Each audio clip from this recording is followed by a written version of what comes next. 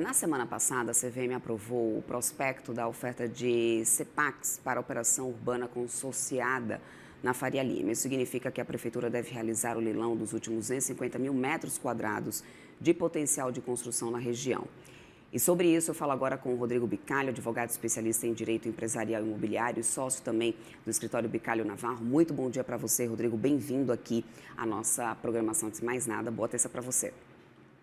Muito obrigado, bom dia, Débora. Uma satisfação estar aqui falando para esse público tão qualificado. Obrigada, Rodrigo. Bom, mas vamos lá, né? Qual que é a relevância jurídica e também urbanística desse leilão, Rodrigo, que envolve esses últimos 250 mil metros quadrados, numa região que a gente sabe que tem sido hoje bastante procurada, dada a importância da concentração, né, agora desse centro financeiro que a gente tem hoje do país. Esse lote representa, de fato, o encerramento de estoque disponível na região. O que significa, então, né, tanto juridicamente falando como urbanisticamente falando, esse potencial construtivo dessa área nesse momento?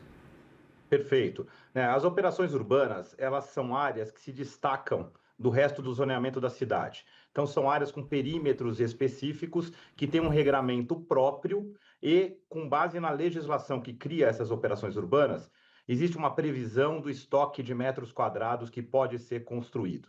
A Operação Urbana Faria Lima ela está se encerrando, ela tem agora o que deve ser o último, na verdade, penúltimo leilão, porque na sequência vai faltar um pequeno estoque regulatório para a Prefeitura, em que, com base nesses estudos, que previam 2.500.000 metros quadrados de construção nesta região do perímetro, agora remanescem 250 mil metros quadrados. Então, a importância é que nos lotes remanescentes, nas áreas onde ainda é possível construir, para que se possa fazer construções relevantes, é necessário participar deste leilão, adquirir os CEPACs, que são títulos que a Prefeitura coloca em leilão.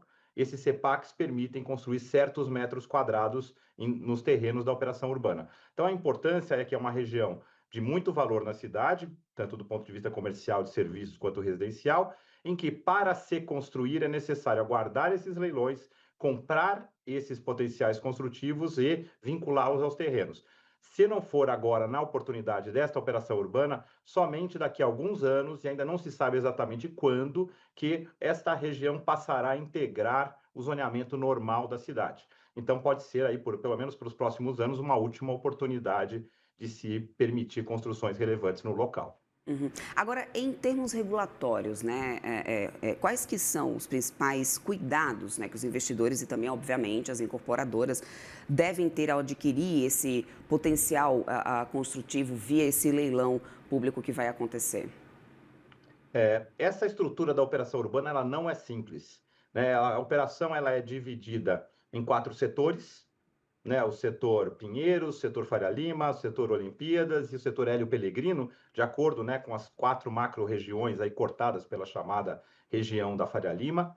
E cada uma dessas áreas tem um determinado estoque permitido ainda de metros quadrados. E ainda um estoque dividido em comercial e serviços e residencial.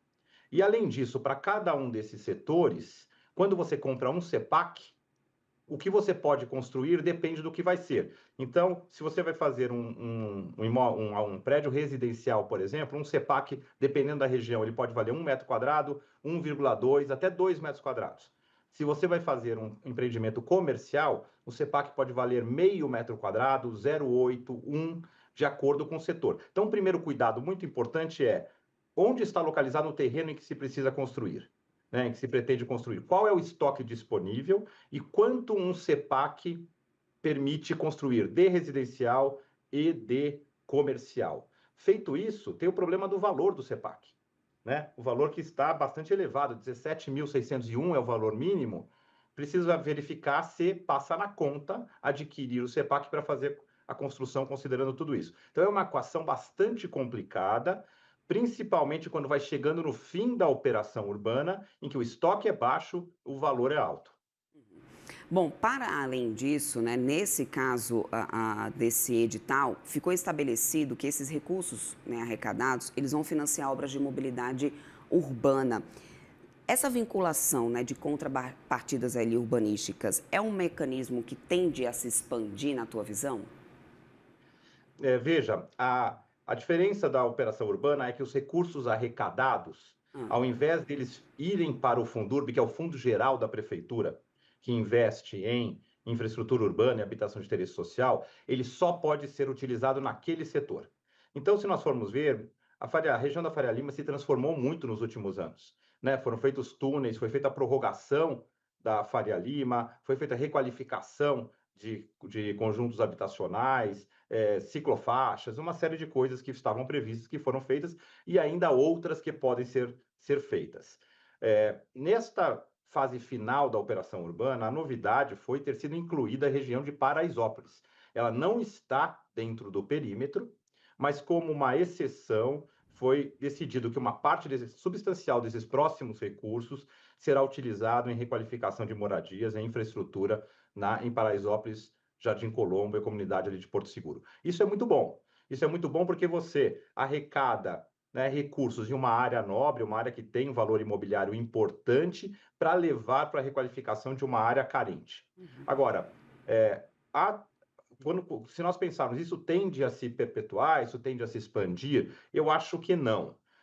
Eu acho que o sistema de operações urbanas ele se mostrou muito complexo e ele traz algumas distorções. Se nós pensarmos, por exemplo, por que o preço está tão alto? Porque a prefeitura muitas vezes demora para fazer leilões, as pessoas compram os terrenos, tem o custo do investimento no terreno, acabam ficando sem poder investir porque não podem construir aguardando o próximo leilão, e quando esse leilão vem, até por essa demanda reprimida, o preço pode explodir. Isso causa distorções no mercado, porque quem comprar CEPAX e construir nesse valor vai acabar alugando ou vendendo esses imóveis num valor muito alto, senão não vale a pena. Então também isso traz o lado negativo, que é inflacionar demais os imóveis na região específica.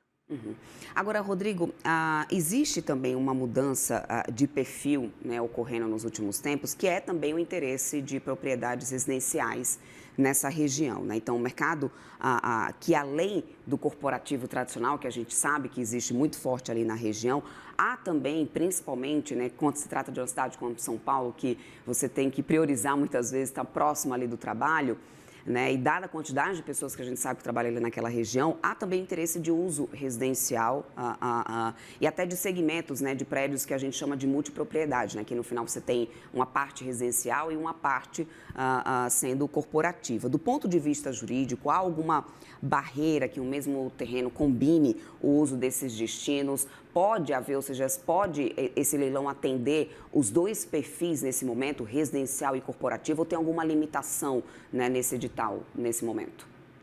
Não, a tendência é atender os dois perfis, sim. Existe uma limitação que são os estoques, né, previamente destinados a residencial e comercial. Mas, a princípio, a região hoje ela tem uma vocação, antes era uma vocação mais comercial, hoje é uma vocação também residencial, porque existe um interesse de se morar perto de regiões que ofertam, né, empregos. Então, eu acredito que uma boa parte dos CEPACs que venham a ser adquiridos serão destinados a empreendimentos residenciais. E esses empreendimentos residenciais, muitos deles mistos, porque existe essa tendência hoje no urbanismo em que você tenha na mesma edificação oportunidades de comércio, de serviços, né, lojas no térreo para dinamizar principalmente o térreo das edificações, permitir fachadas ativas, né, permitir cafés, permitir lojas que as pessoas circulem, né, pelo térreo e possa fazer da Faria Lima uma região ainda mais agradável para se conviver. A questão é que o metro quadrado também no residencial deve vir num valor bastante elevado. Então, não é uma região que com esse preço de CEPAC vai acabar oferecendo moradia mais acessível. Inclusive, Rodrigo, o que eu ia te perguntar é se esse cenário que a gente tem hoje, né, macroeconômico, de taxas de juros mais caros, isso acaba, obviamente, impactando o crédito e que, mesmo sendo um público de um outro patamar, inclusive, seja corporativo, seja residencial, o crédito nessa situação ter um custo faz uma diferença. E eu queria entender do teu ponto de vista se isso pode impactar de alguma forma, tanto esse cenário macro, como também a atração de investidores para esse leilão, inclusive de players internacionais, né? Qual que é a avaliação que vocês fazem desse leilão? Está saindo no momento em que, por exemplo, o crédito está mais caro, em que a gente tem tantas incertezas, incertezas, né, aí pela frente nessa questão tarifária, enfim, portanto, a gente tem muita incerteza e falta de previsibilidade pela frente, né? Então, de que maneira esse leilão pode acabar atraindo ou não investidores ou pode ser prejudicado por causa do cenário mesmo macroeconômico que temos no momento? Sim, Débora, tem toda a razão, né? A gente vem num momento complexo do ponto de vista econômico e com um valor mínimo de CEPAC bastante elevado, né? Esse valor foi muito elevado devido à altíssima demanda ocorrida no último leilão. Então, isso faz com que a conta seja muito delicada, sim, e pode fazer com que alguns players, alguns interessados, acabem deixando de investir. Quando você fala no custo do financiamento, né? A gente tem um financiamento para construção, que também está escasso e esse incorporaria ainda mais o custo na construção do empreendimento, e o financiamento para o adquirente final, que também se elevou. Quando a gente pensa nos residenciais que têm saído mais próximos aqui na região, com valor do metro quadrado bastante elevado, quando eu falo bastante elevado, acima de 30, 35 mil reais o metro quadrado, esse comprador muitas vezes dispensa o financiamento. É um comprador que tem uma determinada poupança. A questão é que também existe um limite da quantidade de apartamentos que são vendidos para este público. Do ponto de vista do comercial, muitas vezes esse empreendimento não é feito para se vender pulverizado para o público adquirente. Ele é construído ou por fundos de investimento ou por empresas de properties que detêm este ativo para alugar ou que vão vender para outros fundos que, por sua vez, vão explorar a locação. Quando você tem um custo de produção muito alto, você precisa viabilizar a locação também num valor muito alto. Então, isto pode fazer com que locações aqui na região, elas continuem indo para um patamar alto. A gente já tem aqui um comercial e serviços de prédios de alto padrão, acima dos 300, perto dos 300, até alguns casos passando de R$ 300 o metro quadrado. Né? Então, para aqueles empreendimentos em que se viabilize a locação neste preço, eu acho que eles podem ser desenvolvidos, mas não é para todos. Então, sim, ao mesmo tempo que há uma demanda forte, são os últimos metros quadrados, é um momento delicado do ponto de vista de passar na conta. Só para a gente amarrar aqui o nosso papo, viu, Rodrigo?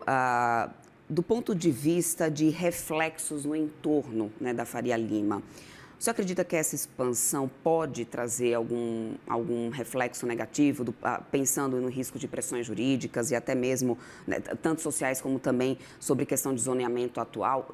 Porque, assim, se a gente para pensar que é uma região que já está bastante densa em relação a... Mesmo tendo, né, muitas melhorias no trânsito ali na região, tem tido tanta concentração, né, já ali, que a gente tem tido alguns gargalos no dia a dia. Então, de que maneira essa expansão agora, desse zoneamento ali nessa região, essa expansão pode acabar trazendo alguns reflexos até mesmo para o entorno e isso resultando, né, num risco de maior pressão jurídica e social sobre esse atual zoneamento?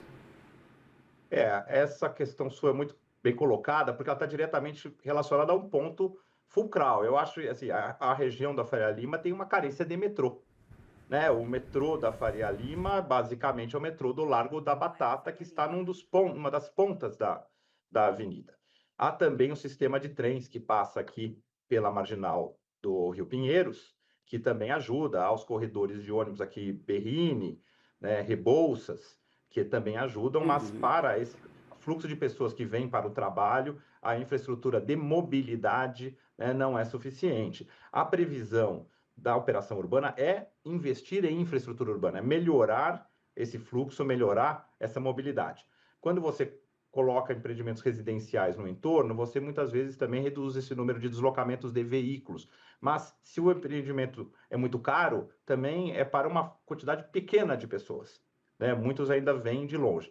Então, assim, a operação urbana, do ponto de vista jurídico, ela já é antiga, ela, vamos dizer assim, passou no teste da legalidade, ela está de acordo com o chamado Estatuto da Cidade.